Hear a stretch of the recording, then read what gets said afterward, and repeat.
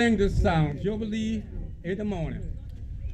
Jubilee, Jubilee, Oh, my Lord, Jubilee in the morning, my Lord Jubilee. Jubilee in the evening, Oh, my Lord, Jubilee in the morning, my Lord Jubilee. Jubilee, Jubilee, Oh, my Lord, Jubilee, Jubilee. my Lord Jubilee. Walking members walking, Oh, my Lord, walking on your Jesus. my Lord Jubilee. Shout, my children, cause you're free. Oh, my Lord, My God brought you liberty. my Lord Jubilee. Call me a Sunday Christian. Oh, my Lord, Call me a Monday devil. my Lord Jubilee. Don't care what you call me. Oh, my Lord, So long Jesus love me. my Lord Jubilee. Nobody.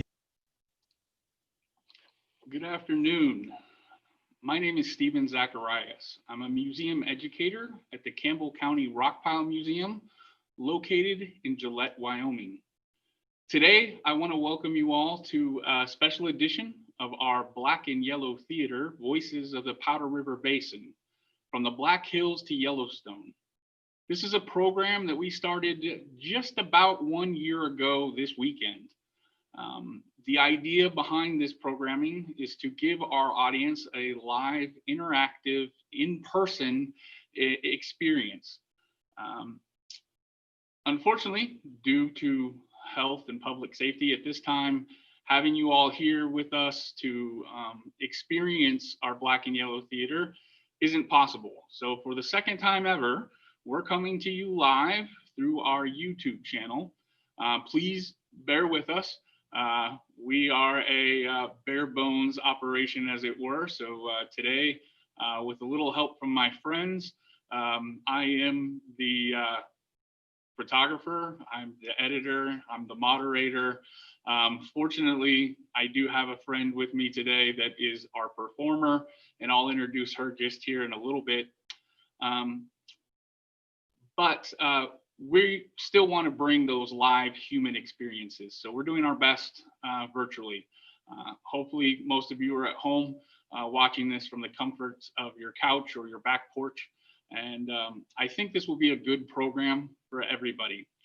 The idea for the Juneteenth programming was something that actually I wanted to explore over a year ago.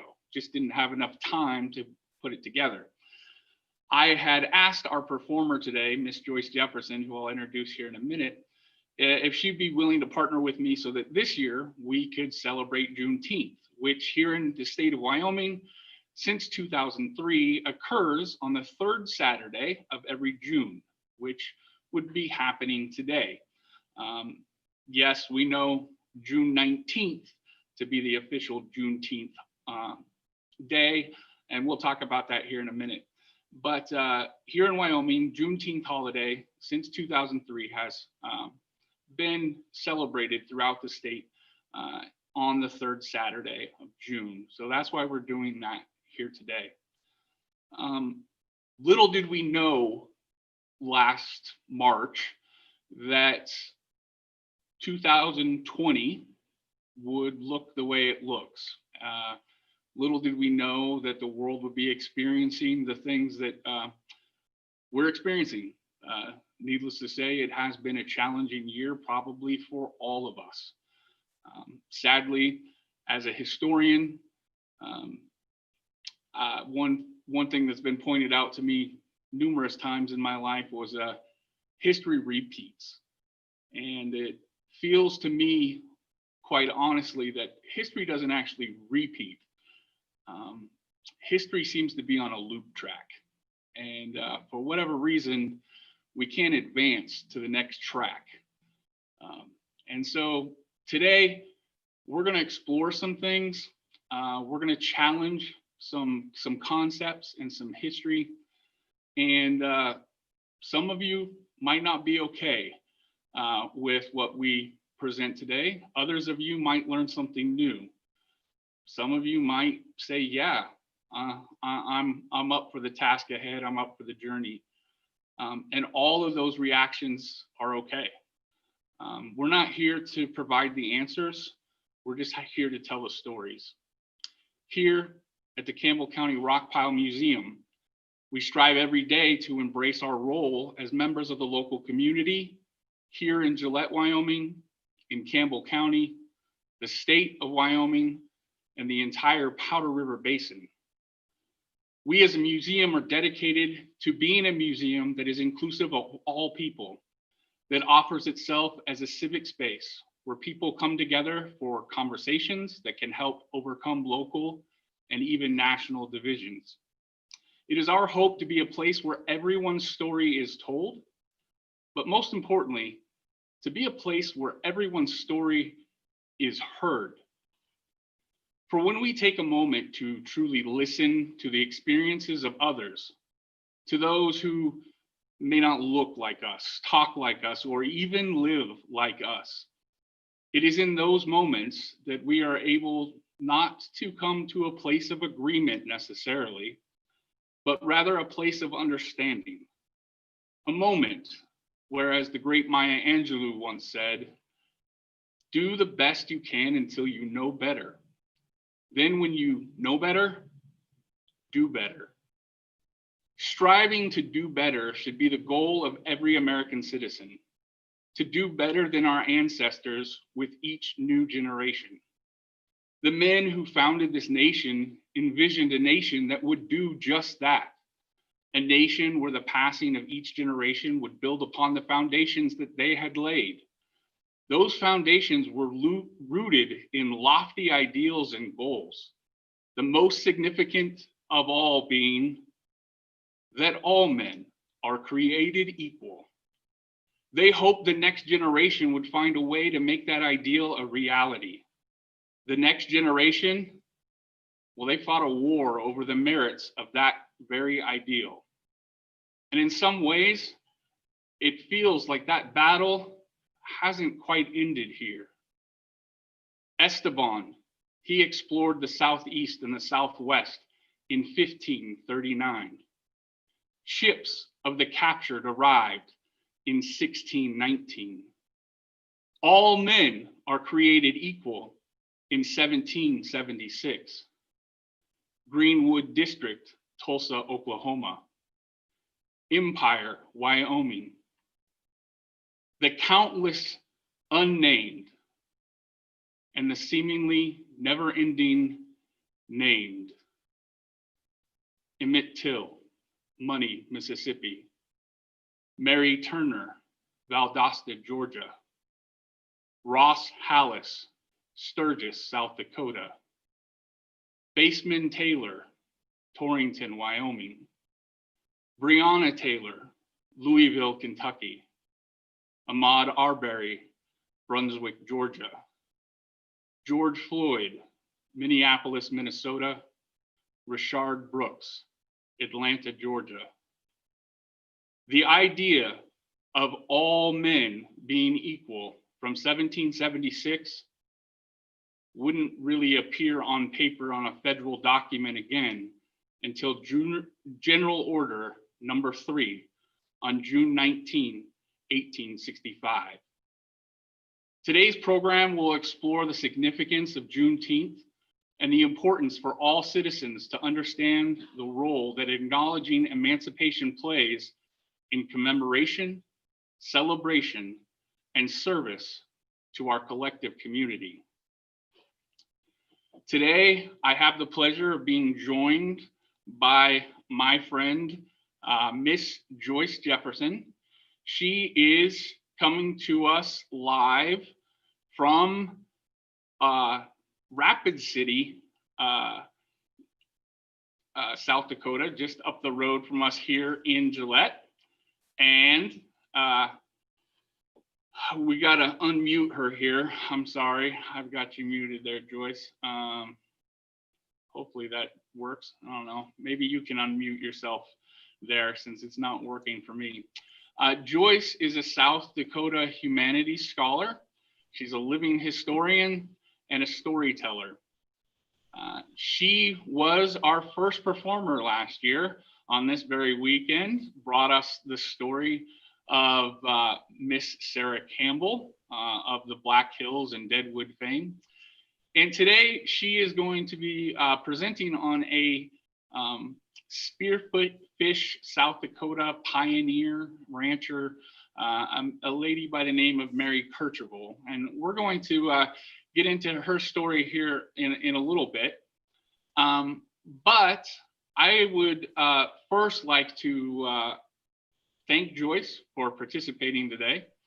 And as a way of starting, we know through congressional and presidential records that on June 19th, 2008, President George W. Bush became the first president to publicly make a statement in acknowledgement of Juneteenth. He made the first presidential statement. It has been followed up now by President Obama and President Trump have both made statements regarding the Juneteenth holiday. However, there's still a lot of people that had never heard of it or didn't know what it was. So I want to ask you, Joyce, what was your first understanding or first exposure to Juneteenth holiday? I was an Air Force brat, and I traveled around with my mom and my dad, and I never really knew anything about Juneteenth. Then my husband brought me here to Ellsworth Air Force Base, and that's when I first learned about Juneteenth. And this was when I was in my early 20s, and I got involved with the community. And there's also another person who I have known for quite a while, and he celebrated Juneteenth every single year. So we would go to his private parties, but I would also engage in Juneteenth celebrations on base whenever they had them available for us. Excellent. Well, again, thank you so much for joining us. Please bear with us, folks. Throughout the program today, if you have any questions, please put them in the chat box there below on YouTube, and we'll do our best to answer those. We'll actually have a question and answer session here at the end. Joyce will momentarily be here transforming back in time to Miss Mary Kercherval. So at the conclusion of her program, you'll be able to ask Miss Mary some questions, and then we'll have her travel back to present day, and we can ask Miss Joyce some questions then as well. But before we get to Miss Mary's presentation, I wanted to explore a little bit on what is Juneteenth and why we celebrate Juneteenth. So Juneteenth, we know it took place for the very first time on June 19, 1865. With the arrival of the federal troops to Galveston, Texas, and the arrival of Major General Granger. Now, there has been some misconceptions regarding this general order. A lot of folks in modern era, they say, well, this was the day that the slaves found out they were free. Well, the enslaved population had been freed by the Emancipation Proclamation that was issued on September 22nd, 1862, that President Lincoln had written, and it took effect on January 1st, 1863. This is nearly 2.5 years prior to the federal troops arriving in Galveston to read General Order Number 3. I would like to challenge that idea that the arrival of the federal troops wasn't bringing news that hadn't been heard before. Rather, it was an arrival to hold people accountable to the news that had been released 2.5 years earlier. Interestingly enough, on that same July 1st, 1863, there was the Battle of Galveston, the second battle, really, when Confederate forces took back the port that is located there in Galveston, Texas. Keep in mind, the proclamation had been issued several months earlier. This was something that soldiers throughout the South and the North, and even across the Atlantic Ocean, knew. But as we'll discover later, the proclamation only applied to slaves in specific territories and states. However, General Order Number 3 was completely different. As I mentioned before, it was a federal document that used equality in a whole new way. That document reads, "The people of Texas are informed that, in accordance with a proclamation from the Executive of the United States, all slaves are free. This involves an absolute equality of personal rights and rights of property between former masters and slaves, and the connection heretofore existing between them becomes that between employer and hired labor. The freedmen are advised to remain quietly at their present homes and work for wages. They are informed that they will not be allowed to collect at a military post and that they will not be supported in idleness either there or elsewhere." I like to highlight that part where the order informs the public and the enslaved that they are now recognized as absolute equals of rights and property rights, personal, human rights, property rights as well, as equals. You are not just free, you are equal. It's important to remember that Galveston is a major port city. There is no doubt that with the comings and goings in that port, that they were very aware of the Emancipation Proclamation that had been enacted 2.5 years earlier.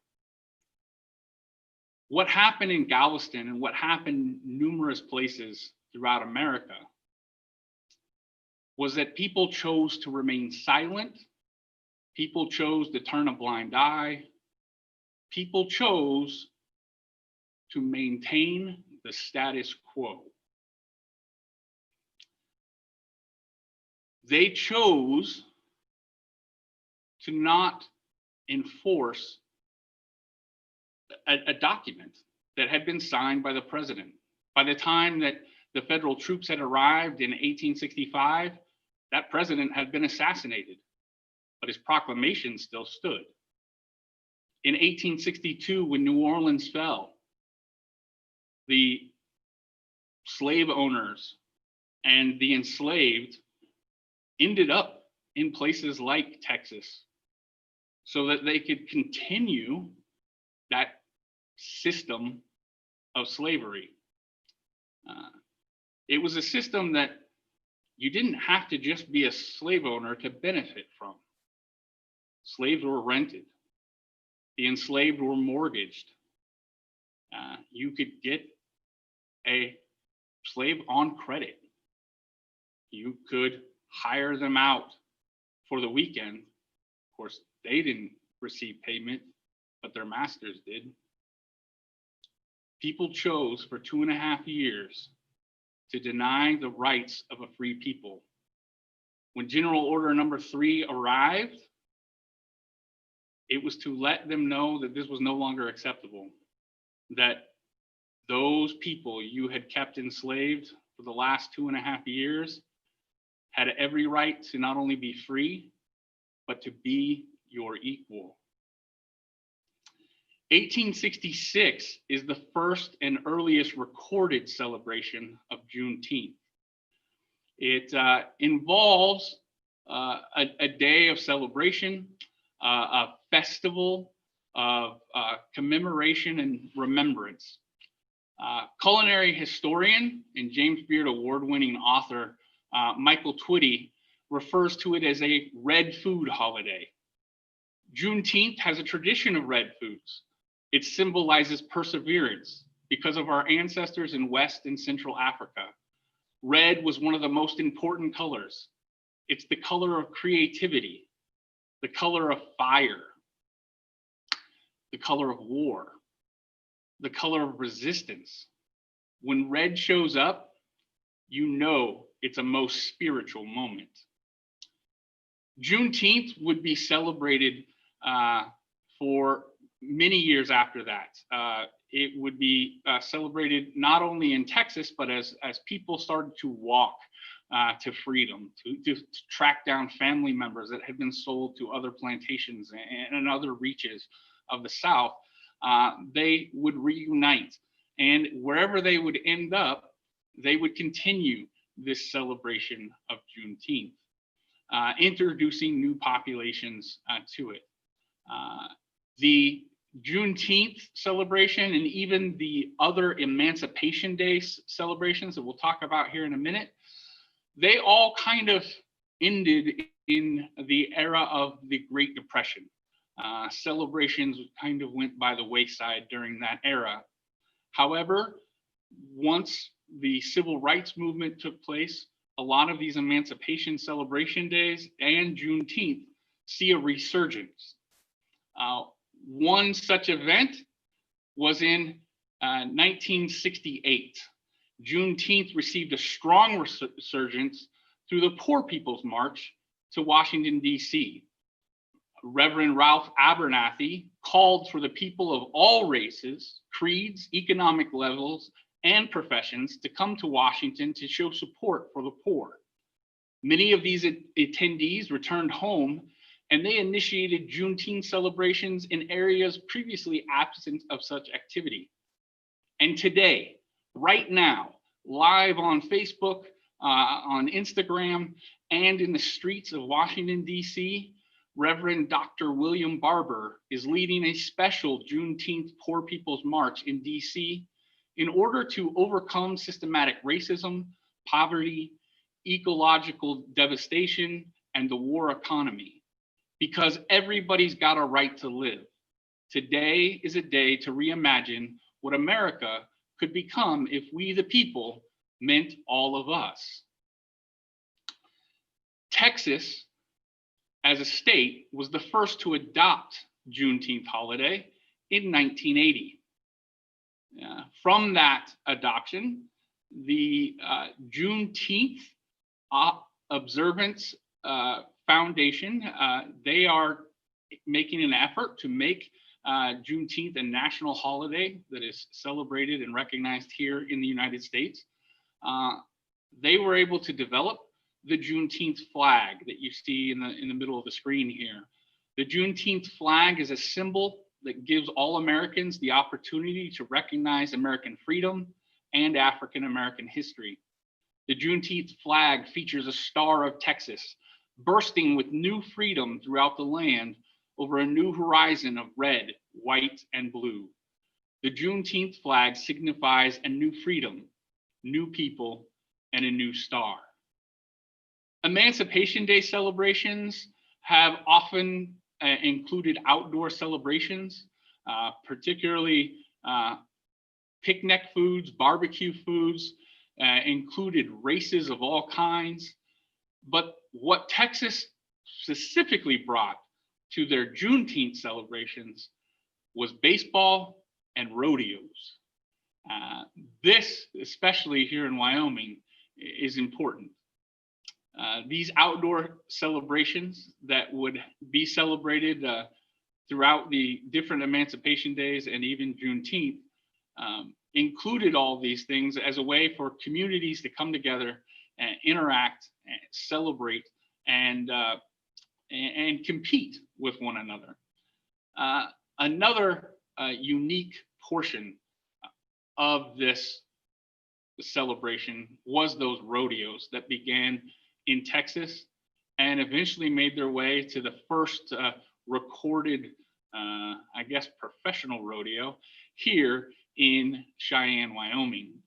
We know it as the Frontier Days.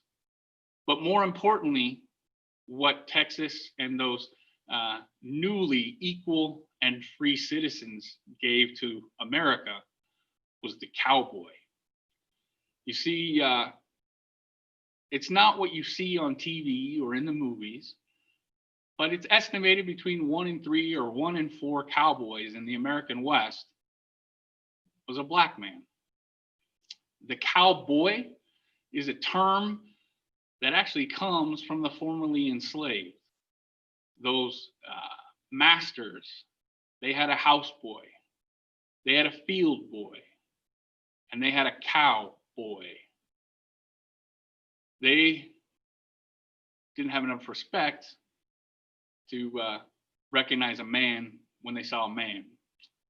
They were boys, they were gals, they were aunties and uncles, not Mr. and Mrs. 2 of those cowboys ended up in Wyoming. 2 of those cowboys were there when their masters released the enslaved after General Order Number 3 was read. One of those cowboys was Joseph Proctor. Old Proc, he came north to Wyoming on the Texas Trail with his partner, Big Jim Simpson. They both worked ranches in northern Wyoming and eventually settled in Montana. Big Jim in the Powder River Basin near the Rosebud River, and Old Proc just closer to Billings. Old Proc was made famous by the poet from Wyoming, the cowboy poet Wally McCray. Some of you may be familiar with his poem, Old Proc, by Wally McCray. When they'd crow and blow and boast, the one name that came up the most was a wily wild horse runner they simply called Old Proc. "You boys just start 'em, I'll stop 'em," Old Proc say, and then he'd chop 'em off at some escape route. He'd wheel 'em and bring 'em in. "Proc thinks, horse," I'd heard them say, and finally there came the day that I would get to meet this fabled mounted paladin.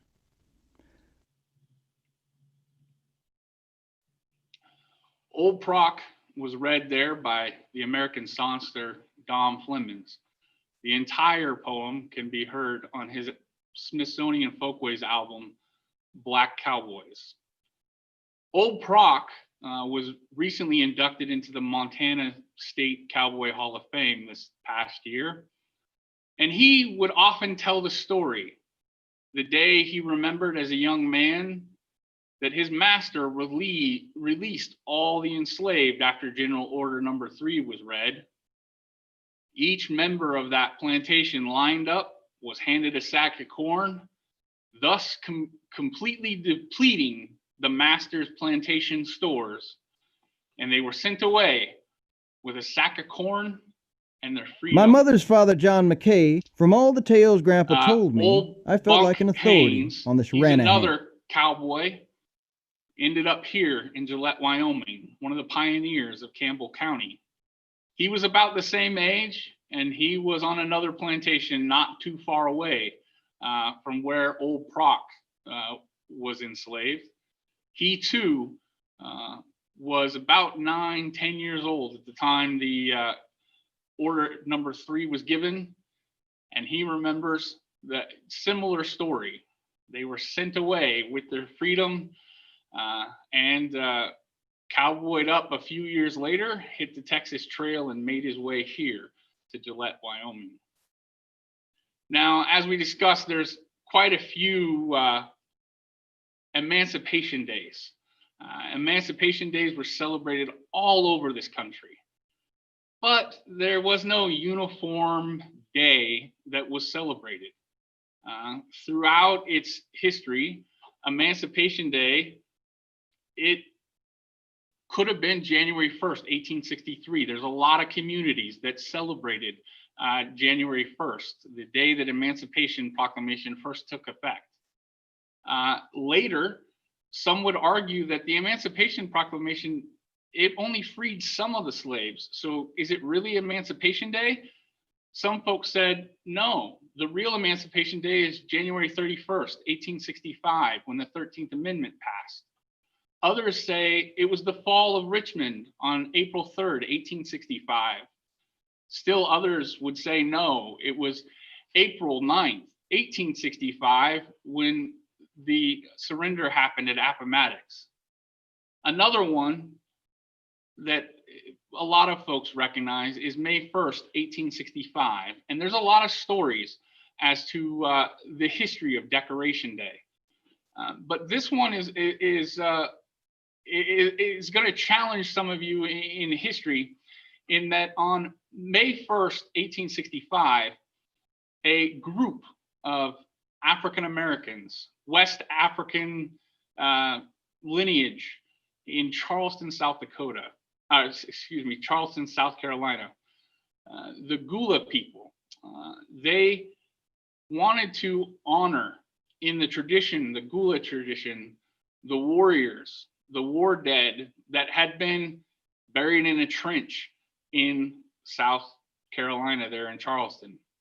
So 28 of the Gula men dug up the nearly 200 bodies in the mass grave, all Union soldiers, and they gave them a proper burial. On May 1st, 1865, in cooperation with white missionaries and teachers, 3,000 Black children bearing roses led women bearing wreaths and men marching together in a circle to honor the newly buried war dead. Black troops were even present, including some members of the 54th Volunteer Infantry. That group of Gula performed a march and parade in a circle, a movement circle, similar to the ring shout, the music that was playing at the beginning of this program. It was the most sacred rite that was brought by the enslaved in North America. It's a mixture of African and American custom. The Gula put the Union soldiers to rest. There were Black people and white people marching together, and the site was dedicated as a memorial burial ground. Now, other folks would take credit for Decoration Day. There's different stories. That's the one that I personally wanted to share with everybody today because it is important. Still, some folks said, what about July 4th? And you can read about how Frederick Douglass really felt about the American Independence Day. You can read about how others felt. Was it freedom for all people, or was it only freedom for some people? Another celebration that was celebrated, and we'll talk about it here in a minute, was the Slavery Abolition Act of 1833 in England. These celebrations would be recognized throughout America somewhere between August 1st and August 6th. There's different areas in the country that celebrated that on different days, but we'll talk about that here just in a second. Another important Emancipation Day is August 4th, 1865. The Loyal Creek Council considers African Creeks full citizens. Now, the Creek is a misnomer. It's actually the Muskogee tribe of the American Southeast. And the Muskogee made the decision on August 4th, 1865, that the African Muskogee would be given finally the full rights as any full-blooded Muskogee. That was quickly followed up the following year by the Five Civilized Tribes Treaty of 1866, which granted the same rights, full blood to all freedmen of the five civilized tribes. These tribes are the tribes that make up the tribes in the Oklahoma Territory, or Oklahoma today. And then September 22nd, 1862, Lincoln issues his Emancipation Proclamation. Now, there's other dates that we have left out here. Some places like Columbus, Georgia, they fell on April 16th. The Confederates fell to the federal troops there. And so there was celebrations that took place then. In Tennessee and Kentucky, the news of the Emancipation Proclamation arrived on August 8th. And so there's celebrations then to commemorate that. In Sheridan, Wyoming, it was interesting. The community there celebrated Emancipation Day on August 4th annually. The reason why was because of geographics. They put in the newspaper there in Sheridan that August 4th, that is the date upon which the slaves were freed in England, and in view of the lateness of the season on which the date of the American emancipation occurred, making it impossible to hold an outdoor program, the colored people here decided to observe August 4th as Emancipation Day each year. So it had to do with weather. However, you will find throughout the history of this region that Sheridan, Casper, Cheyenne, Laramie, there were celebrations that would happen occasionally on September 22nd and other times throughout the year. But most commonly, it was August 4th here in Wyoming, recognizing the English holiday as it was more favorable weather for outdoor activity. Here in the Powder River Basin in the Black Hills, we had the 9th Cavalry, members of the Buffalo Soldiers. Here you see them at Fort McKinney, near what is now Buffalo, Wyoming. These troops annually would have celebrations, and you can find records of them gathering in a mention of them in the local papers.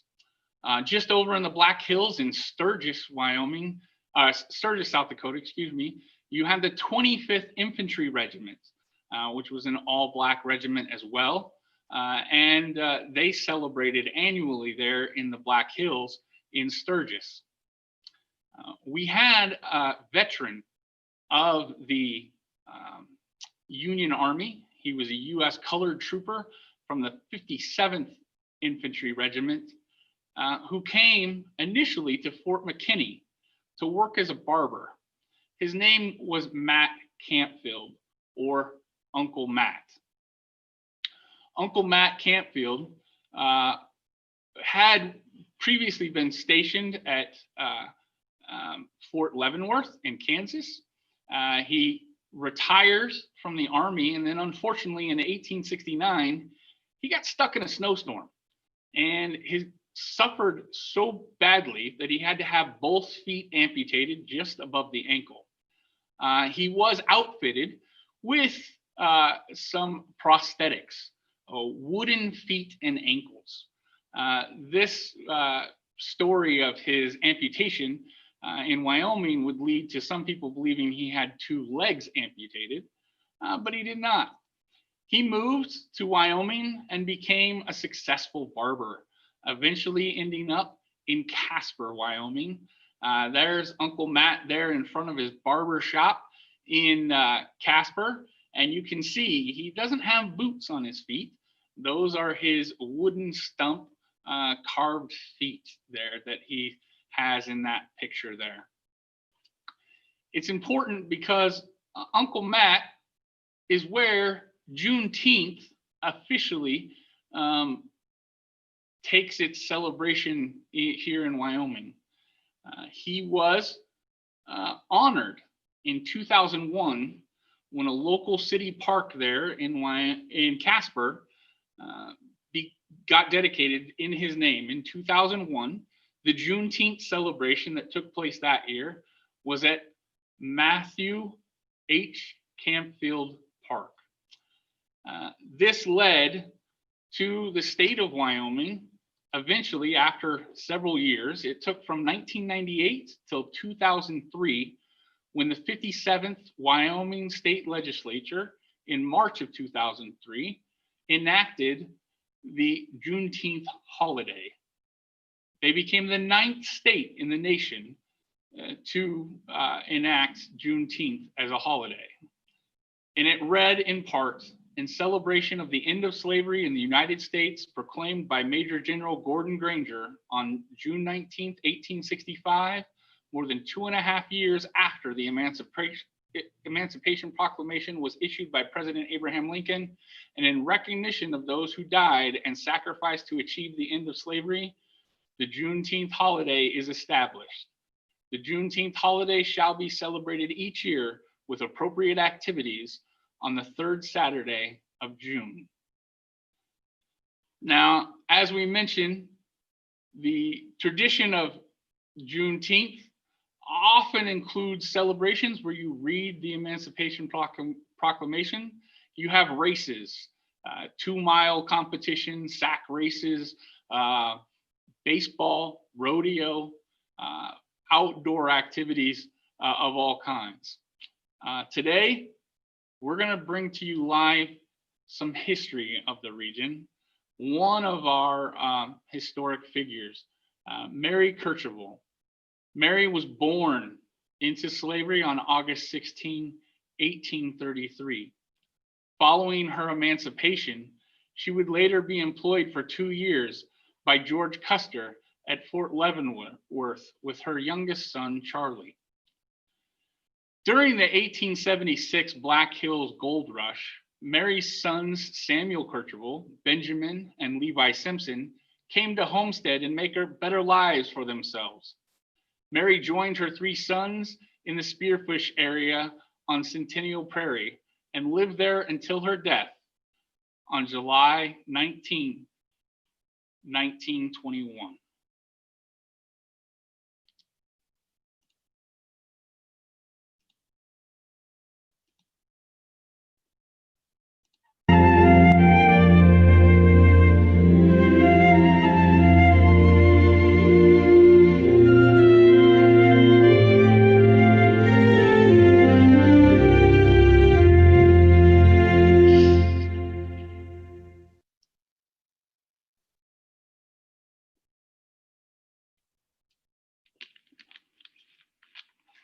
Up above my head, there's music in the air. Up above my head, there's music in the air. Up above my head, there's music in the air. There must be a God somewhere. Well, I'll tell you, one day, Miss Nauer sent me into the parlor to dust, and I run across this here family Bible that was the Nauers. Now, my name is Mary Kercherval, and I was born in Western Missouri, which was just across the bay from Leavenworth, Kansas. Now, Western Missouri, Lord have mercy, it was a big town, big for them days. Now, Master Ben Thompson, well, he done sold his property, which included me and my children, to the Nauer family. And when I was looking around and I done seen this here Nauer family Bible, I could not believe my eyes. It had all of my children and my names and the rest of the family's chattel property written down in this here Bible. You know, I sang that song because I know the Lord did not want me and my family to be owned like some kind of cows or horses or chickens But there we was, all our names writ down in that family Bible.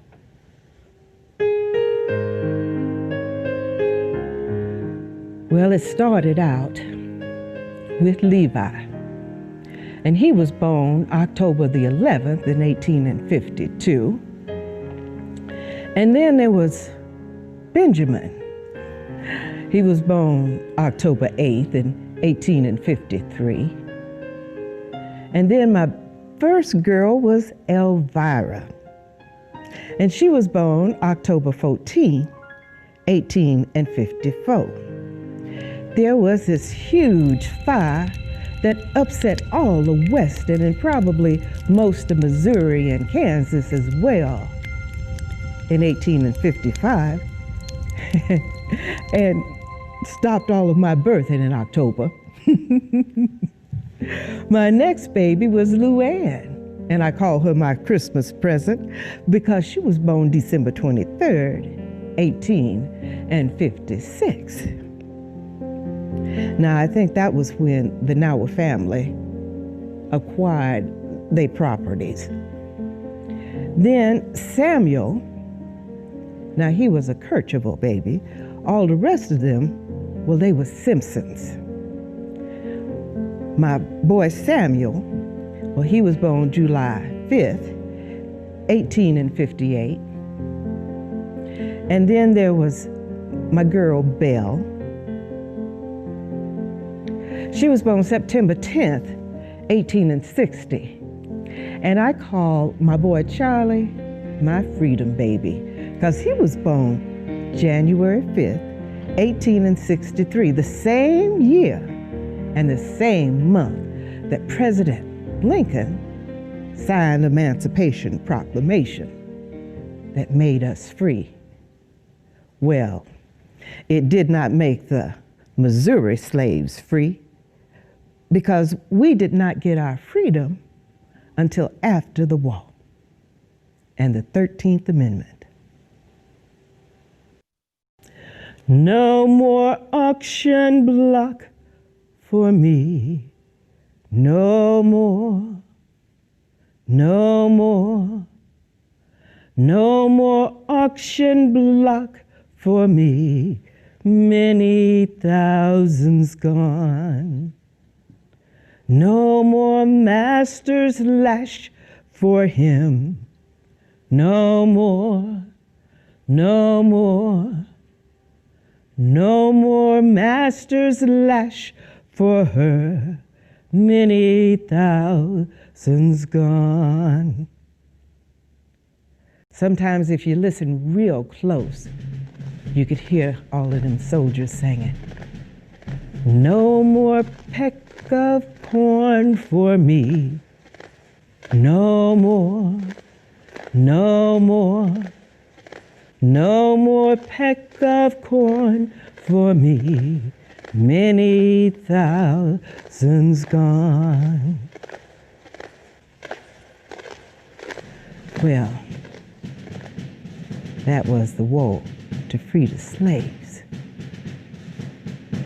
And that was our freedom. We didn't know what we was gonna do, but we knowed we was free. Then, my girl, Elvira and Luann, well, they got married and they stayed in Kansas. And my boys, well, they had the wanderlust. They wanted to see what was west. I don't know who that man was, but they said, go west, young man, go west. So Samuel, now he's the oldest Kercherval boy, he was the first one to go west. And you know, they found gold in the Black Hills in 1876, and that's when Samuel got there. A few months later, my boys Levi and Benjamin, well, they joined their brothers up on Centennial Prairie. Now, they was all laborers and farmers, and they know how to work the land. Now, Samuel, he was a bull whacker for a time, and he would sell products in Deadwood while he still worked on his land up here on Centennial Prairie. Now, before I come up here, my boys, they got themselves into some trouble. Levi, well, he was accused of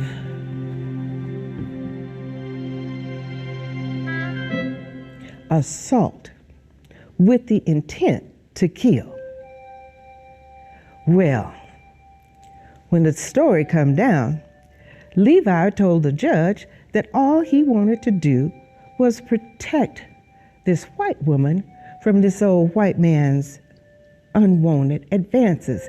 And he did readily admit that he did assault the man.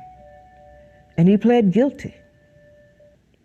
Well, the sheriff found out about all of this, and he said that I should plead not guilty. Well, I think my son Levi decided not to plead guilty, and they put it up for court several times, and it never did make it to the court.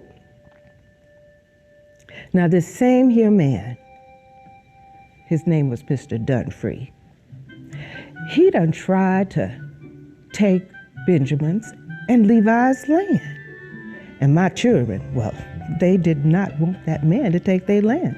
I mean, they worked hard, and it was theirs. So my son Levi took Mr. Dunfree to court. And when they told the stories, Mr. Dunfree's was quite different than Levi's. But the judge believed Levi's story because Mr. Dunfree's just didn't hold water. And I always taught my children, ye shall know the truth, and the truth shall make you free. And do you know what? Levi won his case. Well, my boy Charlie and I, we come out here in 1883. And we got property that Samuel had paid $350 for. Now, I had a house that I bought with my sisters and a close family friend in Leavenworth, why it was right on the trolley line, and we all could get good work. Now, that was when I was working for General Custer. This here summer, me and Charlie, we was working with General Custer. Well, I worked mostly for Miss Libby. But Charlie, he tended the General's horses. Now, he made some extra money on the side. All of them their officers would give love notes to Charlie to take to their bows. And do you realize that Charlie would get 25 cents for every love note that he took to them young ladies? Well, Charlie made 25 cents from the young ladies when he took their answers back to their bows. Lord have mercy, I think Charlie must have made more money than I did that entire summer. Now, when General Custer got an assignment to go fight the Ku Klux Klan, well, I terminated my employment with him, and I decided to work for another family in Leavenworth. Well, I knowed about the Ku Klux Klan that General Custer had to fight for in Kentucky, and I didn't want to have no more to do with them there cluckers. Nobody knows the trouble I see. Nobody knows my sorrow. Nobody knows the trouble I see. Glory hallelujah.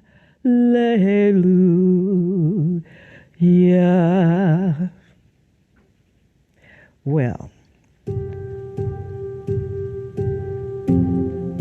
you know, the Lord likes to play tricks on you sometimes. And when I terminated my employment with General Custer, he decided he wanted to let me know that I was not finished with them Ku Klux Klan. They trying to bring back the Ku Klux Klan, even right here on Centennial Prairie. Yes, they is. And that's why I say the Lord likes to play jokes on you sometimes. Well, I don't want to talk about that because I done got my freedom. All my children is free, and all they children is free as well. Now, probably the most proudest time that I ever done experienced was one time they were celebrating Emancipation Day. Now, we always celebrated, ever since we left Kansas, we would always celebrate Emancipation Day. And this here one time, usually the 25th Cavalry, well, they would march through all of the Black Hills. Yes, they would. And we would have picnics and families together. And this one time, the 25th Cavalry wasn't going to be participating. So my son, Benjamin, he got all of the plans together. And we was there and we were celebrating. We had enough lemonade to feed a whole army. And I was so proud because my son, Benjamin, got his brother, Samuel, to read the Emancipation Proclamation.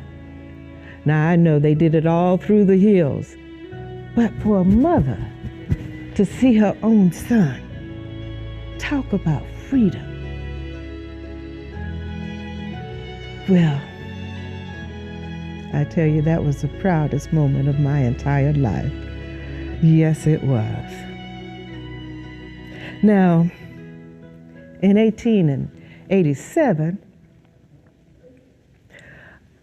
I had accumulated quite a little property right here with my sons, Benjamin and Levi.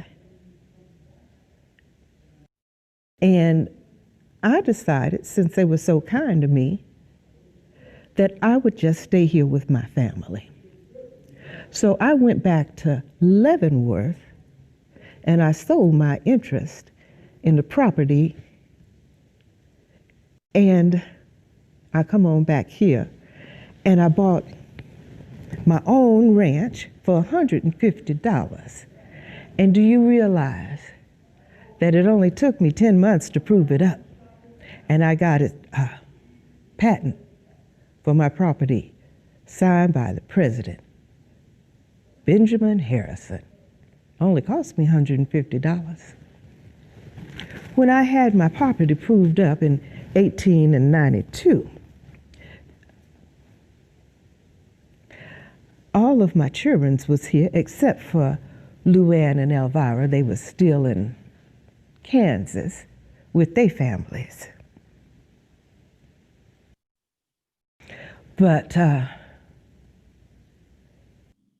had it been Emancipation Day in 1892, right here on my property, here in Centennial Prairie, I could have had a picnic with all of my children and their children. And Lord have mercy, it would have been a wonderful day.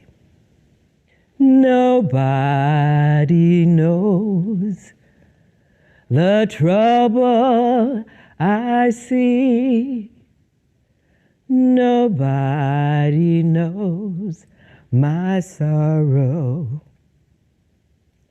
Nobody knows the trouble I've seen. Glory, hallelujah.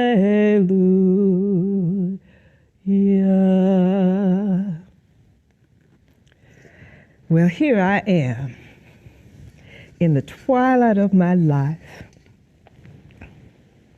living the life of Riley.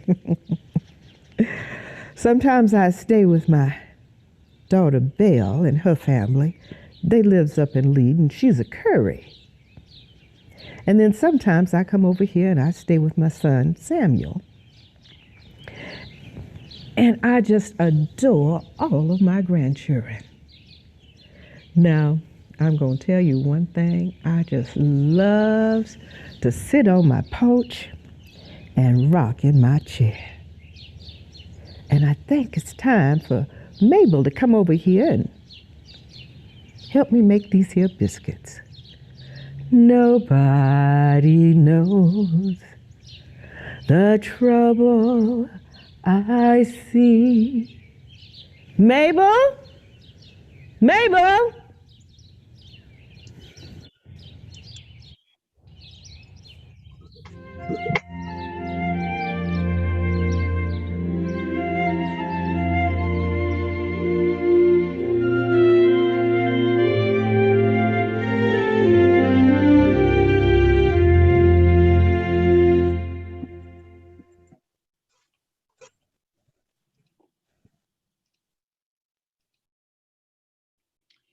Well, we are delighted to have with us now Miss Mary Kercherval, coming to us from Centennial Prairie. Some of you know it as Spearfish. Welcome, Miss Mary. How you doing, Mr. Stephen? I'm doing well. Thank you so much for sharing your story with us today. Well, I'm glad you asked me to share it with you. I was very honored to tell you all about my life and my children's. Yeah, I don't mean to be rude, but it seemed like, how do you keep track of all your children? Well, it was real easy because each one of my Simpson children's, they was born every year, except for Luann.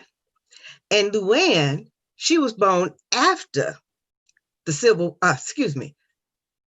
she was born after the Kansas fire in 1855. And then Samuel, he was born in July. And then Belle, she was born in September. And my baby Charlie, well, like I said, he was my emancipation baby, and he was born in January. So I got them all settled down, and I know exactly when they was born. Mm-hmm. Yeah, well, I imagine they probably ran herd on you a little bit, huh? Well, I had sisters and cousins. They helped me out when them children was acting up. I did. Mm-hmm. Excellent. So how did you come to pick Centennial Prairie or Spearfish over Leavenworth? Well, my children's, my boys, they come out here. And I just thought I wanted to be with my family. And I stayed here for a while. And then after a while, I decided I'd just go back and sell my interest in the house that I had with my sisters and my close family friend. And we had paid for the house in 3 years. So it was quite a lot of money when we got ready to sell it. So I was able to do a lot more when I come back up here. Mm-hmm. Wow. Now, some of our visitors might be wondering, some of our guests might be wondering, we're taught in school that it was difficult for women to own property. And how did you, someone who was, a free Black woman in South Dakota, come to own property outright on your own? Well, when I was in Leavenworth, we just went in together. We found a house and we put all the money up together. And we just kind of did that. And then when I come up here, I homesteaded. Now my sons, they helped me out. They did. Each time they would get a piece of land, sometimes they would offer it to me after they made use of it. And since I was not married, I could homestead. According to the Homestead Act, yes, I could. Excellent. So you did mention a little bit in there about emancipation and celebrating that the freedom that you and your children had earned and been granted. You mentioned that one of your proudest moments was your son reading that Emancipation Proclamation. Can you tell us a little bit more about that experience that day and what you felt as a mother seeing your boy read out loud the Emancipation Proclamation? Well, we was there all day long, and every Emancipation Proclamation Day that we celebrated, somebody had to read the Emancipation Proclamation. And when Benjamin put it together, Lord have mercy, and then he asked his brother, Samuel, because he could read, he asked Samuel to read it. And just hearing the words just filled my heart. And then looking out all over the place that we was at with all my family, it just put a lump in my heart. It did. And I have to ask, can you tell us maybe in a few words, what does emancipation mean to you? No more master's peck of corn. No more, no more, no more master's peck of corn. Many thousands gone. No more mistress call for me. No more, no more. No more mistress call for me, many thousands gone. And like I sang, and up over my head, there's music in the air. I know there must be a God somewhere. Amen. Amen to that. Yes, Miss Mary, thank you. I really want to say thank you for joining with us today. Is there anything that you wanted to say before you go? We send you back on your way to Centennial Prairie there. Well, I was happy to tell my story. I was happy that you would invite me to tell my story, because not everybody wants to hear from this old colored woman. No. So it really did my heart good for you to ask me to participate here today. So thank you very much, Mr. Stephen. Yes, ma'am. Thank you. And now, through the magic of technology and time travel, we're going to send Miss Mary on her way. And I want to reintroduce my friend, Miss Joyce Jefferson, South Dakota humanities scholar, living historian, and professional storyteller. I want her to be able to answer some questions regarding the program that we just completed here today. And so looks like she's just about ready to join us again from her home there in Rapid City, South Dakota. So Miss Joyce Jefferson, welcome back to our program today. Thank you. I want to say, one, that was an excellent story that you shared with us today. But I want to know what inspired you to tell this story, stories like Mary Kercherval and the others that you portray throughout your repertoire. When we first came up here back in 1903, my husband and I went to the Sturgis Museum, and we looked around and we were looking for evidence of ourselves. We knew the Buffalo Soldiers were here, but we didn't find anything. We kept walking through the museum, and finally, as we went through the last exhibit, there was this huge panoramic picture of all of these African Americans astride horses. And when we saw that, I thought to myself, oh, we could only be cooks. And then I come to find out later, after I started doing research, that this was a medical detachment, and they were probably medical soldiers, and they were out saving people's lives instead of just cooking, like most of the African Americans had been relegated to. So I thought, well, maybe I should find out a little bit more. And as we were driving back to Ellsworth Air Force Base, I told my husband, you know, there's a lot of Black history in these hills, and somebody ought to write about it. And little did I know that I was speaking my future. It took me a couple of years before I actually started doing the research and finding out more about the African Americans who lived in this area. And I more than likely would not have this career that I have now had it not been for people at the National Forest Service like Tim Cowan, Cher Burgess, and other people who encouraged me to explore the African American history here. Yeah, and delving into that a little bit more, African American history is difficult history. There's difficult stories. We know the African American experience, even today here in America, is a difficult one. It's challenging. How do you deal with taking on that difficult history, those difficult stories, and the challenge that it lies? How do you deal with that?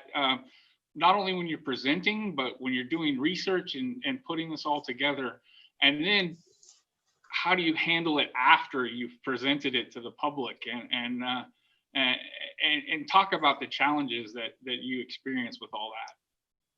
Well, I was invited to the High Plains Heritage Museum, and there was a person there at the time who had Ted Officer's gun, I think it was.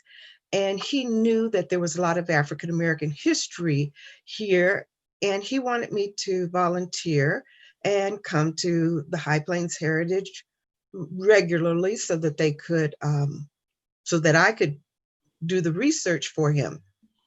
And being new to the humanities, I said, you know, perhaps we could write a grant. And he said, I don't believe in grants.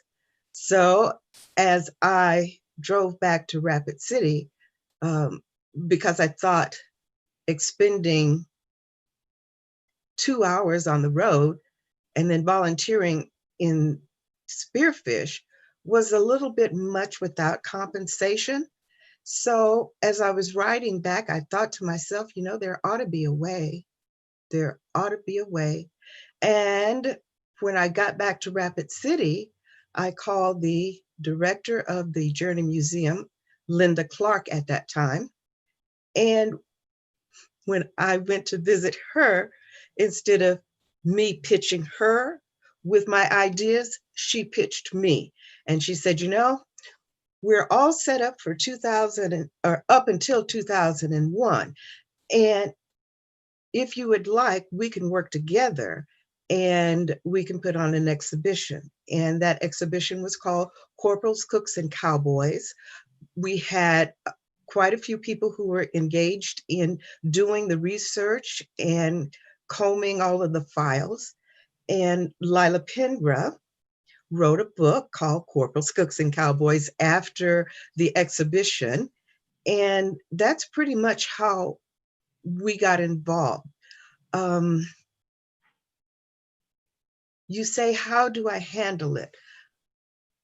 I just go from event to event, and I try to tell the stories as accurately as I possibly can. And then sometimes when I feel the questions, something comes over me and I don't think I'm myself. And I answer the question like I think the person would have answered it. And I can remember being in Spearfish one time. One of the questions was, for Mary Kercherval, you've been free and you've been enslaved. Which would you prefer? And I thought about it for quite a while before I responded, because anyone would have said, I prefer to be free. I mean, that's a no-brainer. But I had to go back and think of what she had gone through. And I became very emotional. I was almost filled with tears. And I said, I've been free and I've been enslaved, and freedom is better. And by the time I finished those words, I was almost in tears. Wow. And I don't know if I answered your question the way you wanted me to answer it, but that was one of the experiences that I've had. No, that's perfect. Your answer is your answer. There's no right or wrong here. I would like to know, throughout the course of your career and presenting the different stories that you present, what is perhaps the most challenging thing that you've had to deal with, and what is the most rewarding thing that you've had to deal with?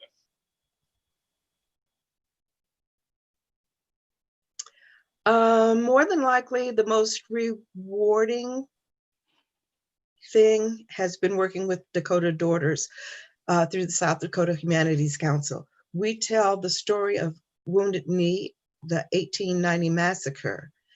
And there are a lot of times when we go to certain audiences, and it's very much appreciated that we tell this story. And I'm hoping that we can open eyes. The most challenging for me is remembering who I am and her story accurately. And I hate to rehearse, so I'm not always accurate when I'm telling the story. And I don't know if you noticed, it took me quite a while to tell Mary's story because I couldn't remember all of the things that I wanted to tell about her. And there were a couple of things that I left out that I thought were important that she should have said, but then there's always another time. No, that was great. It was a wonderful story that you told and shared with us, and we really do appreciate that today.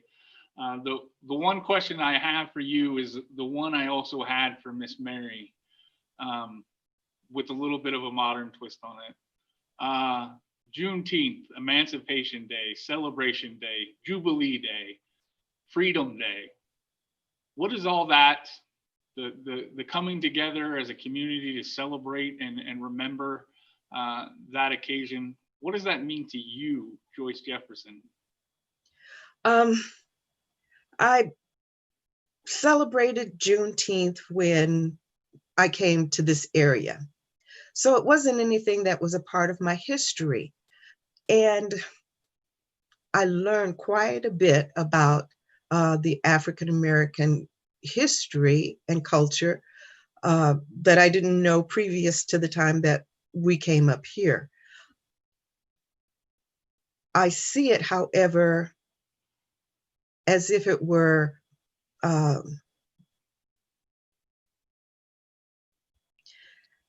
added to the lexicon of the American tapestry. And I think all of my, I've got mixed modifiers or whatever. I'm an English major and I failed miserably in that kind of grammar. But anyway, the way that it is seemingly depicted today, where every state is saying, celebrate Juneteenth, but it doesn't seem to be something that is connected to all of us. It just seems to be a Band-Aid on the healing of racism. Without everyone celebrating Juneteenth, or just one group celebrating Juneteenth, it's just not as effective as it could be. Now, I told you about my friend Stanley Kennard, and he is celebrating Juneteenth, and he told me that it was going to be a mixed group, and I didn't know exactly what he talked about or what he was meaning. And he said, you know, there are going to be other people there. So I honor Stanley Kennard, who is putting together a Juneteenth celebration today. And he is also inviting everyone in Rapid City to come there. And I hope I can make it there today. I think it's supposed to start at 2. Okay, well, I don't want to keep you too much longer for that. I do really appreciate you spending some time with us and sharing Mary's story with us today. And I think it's true. Not only today is it true that we all come together and share in this commemoration, celebration, and service to our communities as a group, not as individuals, but as a group. I believe that was the initial day that happened on June 19th, 1865. That same thing happened. Juneteenth is the celebration of the day that American citizens took one small step forward to do better, but more importantly, to be better to each other. It wasn't just a mere freeing of the enslaved, but as General Order Number 3 read, it was absolute equality of personal rights and rights of property between former masters and slaves. A day when American citizens were called to be accountable for their neighbors and fellow citizens. Here in Wyoming, we're known as the cowboy and the equality state. We celebrate Juneteenth as a way to honor and remember the Black lives, their names, and most importantly, their stories and the role they played in making this state the cowboy and equality state. We do this in hopes that the next generation will do better and be better to all citizens and communities in an effort to complete the mission that we are one nation with liberty and justice for all people. I would like to say a special thank you to Miss Joyce Jefferson for sharing her story with us. We want to say a shout out to the Kercherval family located all over the United States for sharing their family history with Joyce and with us today. We would also like to thank our friends over at the High Plains Western Heritage Center in Spearfish, South Dakota, for providing Joyce a place to film her story for us, but also a place where she can go and share stories of South Dakota pioneers. Additionally, we want to thank Brian at Western Sky Media and Brian at Omni Digital Productions for helping us putting together all the video elements of our presentation today. They did an excellent job. And additionally, we want to thank Ashley over at the Wenatchee Valley Museum and Cultural Center for all of her technical support. Her and her assistants, Sullivan and Austin, were very helpful earlier today when we were setting up our sound. And to all of you, I do want to say thank you for joining us. Sorry we went a little bit over time today, but we felt this was an important piece of Powder River Basin history to share with everybody. And like I said, hopefully some of you were challenged by the information that you heard today. Hopefully some of you were refreshed and re-energized. And maybe some of you were introduced to some new information, and hopefully you'll go and do your own research. I would like to say that prior to yesterday, there were only 3 states left that didn't recognize Juneteenth as a state holiday. Like I said, Wyoming started celebrating officially in 2003, but as of yesterday, South Dakota and North Dakota's governors both issued proclamations, and for the first time in those states' histories, they celebrated Juneteenth.